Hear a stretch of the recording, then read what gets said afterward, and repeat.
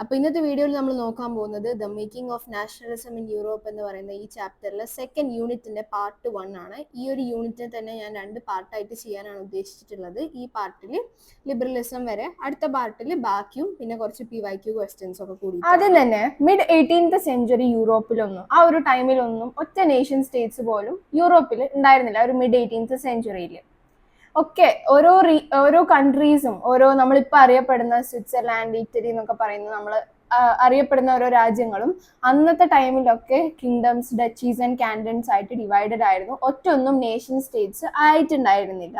അപ്പോൾ eastern and central യൂറോപ്പിൽ തന്നെ ഓട്ടോക്രാറ്റിക് മൊണാർക്കീസിന്റെ അണ്ടറിലായിരുന്നു.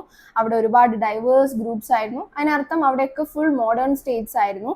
പിന്നെ ദ ഹാബ്സ്ബർഗ് എംപയർ, മറ്റേ ഓസ്ട്രിയോ ഹംഗറിയുടെ റൂൾ ചെയ്തിട്ടുണ്ടായിരുന്ന ദ ഹാബ്സ്ബർഗ് എംപയർ, അത് തന്നെ it was a patchwork of different regions. It was a patchwork of many different regions and peoples. അതിലുള്ള different റീജിയൻസിൽ പെട്ടതാണ് ആൽപൈൻ റീജിയൻ, ബൊഹീമിയൻ റീജിയൻ ഒക്കെ.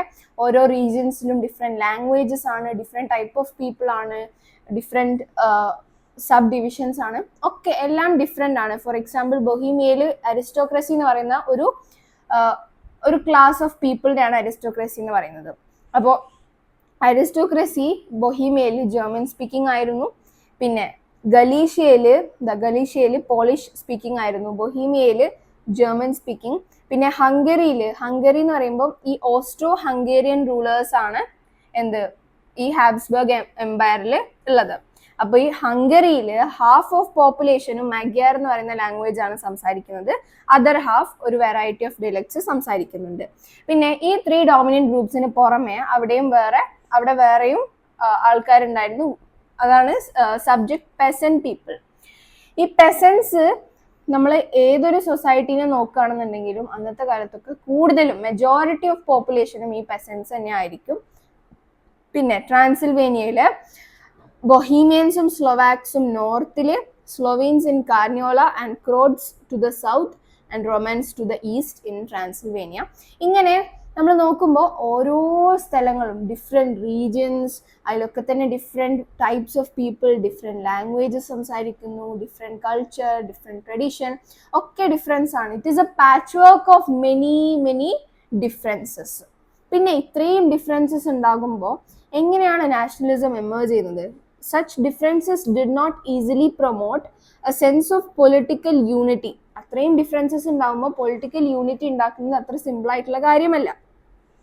ഇനി the only tie binding these diverse groups together was a common allegiance to the emperor. അതായത് ആ ഒരു എംപററിനോടുള്ള ഒരു ദേഷ്യം, എംപററിനോടുള്ള ഒരു വൈരാഗ്യമാണ് അവിടെയുള്ള എല്ലാവരെയും, എന്തൊക്കെ ഡിഫറൻസ് ഉണ്ടെങ്കിലും ആ ഡിഫറൻസസ് ഉള്ള ആൾക്കാരെ ഒക്കെ കൂട്ടി യോജിപ്പിക്കുന്നത്. Only tie binding them together എന്ന് പറയുന്നത് it was a common allegiance to the emperor.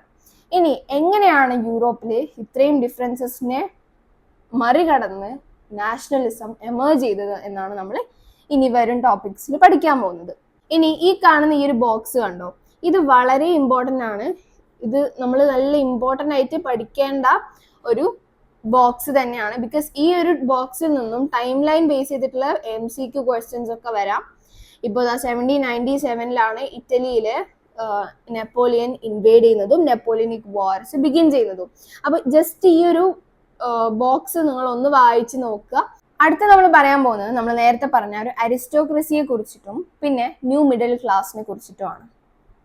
Aristocracy എന്ന് പറയുന്നത് സോഷ്യലി ആൻഡ് പൊളിറ്റിക്കലി യൂറോപ്പിൽ ഡോമിനന്റ് ആയിട്ടുണ്ടായിരുന്ന ഒരു ക്ലാസിനെയാണ്, ഒരു ഗ്രൂപ്പ് ഓഫ് പീപ്പിളിനെയാണ് എന്തെന്ന് പറയുന്നത് അരിസ്റ്റോക്രസി എന്ന് പറയുന്നത്. സോഷ്യലി ആൻഡ് പൊളിറ്റിക്കലി ഡോമിനന്റ് ആയിട്ടുള്ള ക്ലാസ് ആണെങ്കിൽ കൂടിയും ഇവര് ന്യൂമറിക്കലി ഒരു സ്മോൾ ഗ്രൂപ്പ് ആയിരുന്നു. ഏറ്റവും കൂടുതൽ ഇമ്പോർട്ടൻസ് ഇവർക്കാണ്, പക്ഷെ ന്യൂമറിക്കലി നോക്കുമ്പോൾ ഇവർ ഏറ്റവും ചെറുതായിട്ടുള്ള സ്മോൾ ആയിട്ടുള്ള ഒരു ഗ്രൂപ്പാണ്. പിന്നെ ഈ ഒരു ഗ്രൂപ്പിൽ പെട്ട മെമ്പേഴ്സ് അങ്ങോട്ടും ഇങ്ങോട്ടും മാരി ചെയ്തിട്ടായിരുന്നു അവര് ബന്ധങ്ങൾ സ്ഥാപിച്ചിട്ടുണ്ടായിരുന്നത്. പിന്നെ പൊതുവെ ഇവര് നല്ല റിച്ച് ആൻഡ് വെൽത്തി ആയിട്ടുള്ള ലാൻഡ് ഓണിങ് ക്ലാസ് ആണ്. ഇവർക്ക് കൺട്രി സൈഡിലൊക്കെ എസ്റ്റേറ്റ്സും ടൗൺ ഹൗസസും ഒക്കെ ഓൺ ചെയ്യുന്നുണ്ട്. അങ്ങനെ നല്ല rich and wealthy, socially politically ഒക്കെ ഡോമിനന്റ് ആയിട്ടുള്ള ഒരു ഗ്രൂപ്പ് ഓഫ് പീപ്പിൾ ആണ് അരിസ്റ്റോക്രസി. മനസ്സിലായല്ലോ? പിന്നെ they spoke French for purposes of diplomacy and in high society. French അവര് പ്രത്യേക സാഹചര്യങ്ങളിലാണ് അവർ സംസാരിച്ചിട്ടുണ്ടായിരുന്നത്. ഹൈ സൊസൈറ്റിയിലും അതുപോലെ ഡിപ്ലോമസിക്ക് വേണ്ടിയിട്ടൊക്കെ മാത്രമായിരുന്നു അവർ ഫ്രഞ്ച് സംസാരിച്ചിട്ടുണ്ടായിരുന്നത്. Families were often connected by ties of marriage. This powerful aristocracy was however numerically a small group. ഇത്രയൊക്കെ importance ഉണ്ട്, ഇത്രയൊക്കെ റിച്ച് ആണ്, വെൽത്തി ആണ് എങ്കിൽ കൂടിയും ഇവർ ന്യൂമറിക്കലി സ്മോൾ ആയിട്ടുള്ള ഒരു ഗ്രൂപ്പ് ആയിരുന്നു. And majority of the population was made up of the peasantry. ഞാൻ നേരത്തെ പറഞ്ഞ പോലെ തന്നെ ഏറ്റവും കൂടുതലും ആൾക്കാരും പെസൻസ് ആയിരുന്നു ആ ഒരു സൊസൈറ്റിയിൽ, യൂറോപ്യൻ സൊസൈറ്റിയിൽ. ഓക്കെ, ഇനി ഇൻഡസ്ട്രിയലൈസേഷനും പിന്നെ ട്രേഡിന്റെ ഫ്ലറിഷ്മെന്റ് ഒക്കെ കാരണം ഒരു പുതിയ കൊമേഴ്ഷ്യൽ ക്ലാസ് യൂറോപ്യൻ സൊസൈറ്റിയിലേക്ക് എമേർജ് ചെയ്യാണ്. ഒരു പുതിയ കൊമേഴ്ഷ്യൽ ക്ലാസ് വരികയാണ്. അവരാണ് ദ ന്യൂ മിഡിൽ ക്ലാസ് എന്ന് നമ്മൾ നേരത്തെ പറഞ്ഞത്.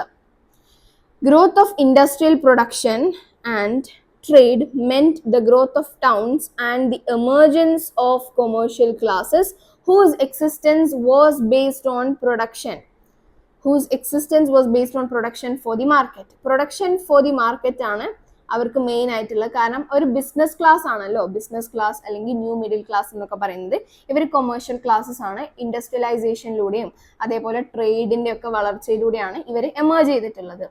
Industrialization began in England in the second half of the 18th century. ഈ ഒരു സെന്റൻസിൽ നിന്നും ഒരു MCQ പ്രതീക്ഷിക്കാം.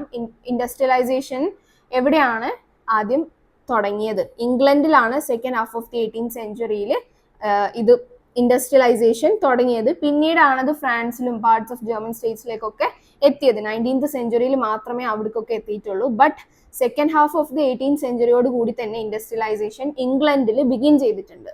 ഈ ന്യൂ മിഡിൽ ക്ലാസ് എന്ന് പറയുന്ന ഈ ഒരു ഗ്രൂപ്പിനകത്ത് ഇതിൽ കമ്പോസ് ചെയ്തിട്ടുണ്ടായിരുന്നത്, ഇതിൽ പെട്ട ആൾക്കാരെന്ന് പറയുന്നത് ഇൻഡസ്ട്രിയലിസ്റ്റ്സ്, ബിസിനസ്മെൻ, പ്രൊഫഷണൽസ്, ഇവരൊക്കെയാണ് ന്യൂ മിഡിൽ ക്ലാസ് എന്ന് പറയുന്നത്. ഇവരെ ലിബറൽസ് എന്നും പറയുന്നുണ്ട്. കാരണം ഇവരുടെ ഐഡിയോളജി എന്ന് പറയുന്നത് ലിബറലിസം ആയിരുന്നു. എന്താണ് ലിബറലിസം, അതെങ്ങനെ നാഷണലിസത്തിലേക്ക് കോൺട്രിബ്യൂട്ട് ചെയ്തു എന്നൊക്കെ നമ്മൾ അടുത്ത സെക്ഷനിൽ പഠിക്കും.